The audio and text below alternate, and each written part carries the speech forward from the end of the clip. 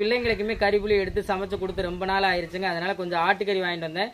இந்த ஆட்டுக்கறியை வச்சு தான் எனக்கு தெரிஞ்ச மாதிரி குழம்பு வச்சு பிள்ளைங்களுக்கு வந்து நான் கொடுக்க போறேன்.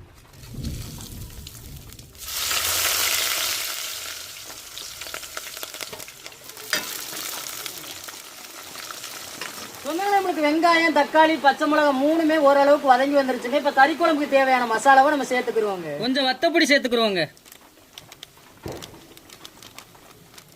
கறி குழம்புக்குமே நம்ம வீட்டில் வந்து மசாலா திரிச்சு வச்சிருக்கோம். இப்போ இந்த மசாலா கொஞ்சம் சேர்த்துக்கிற போறோங்க.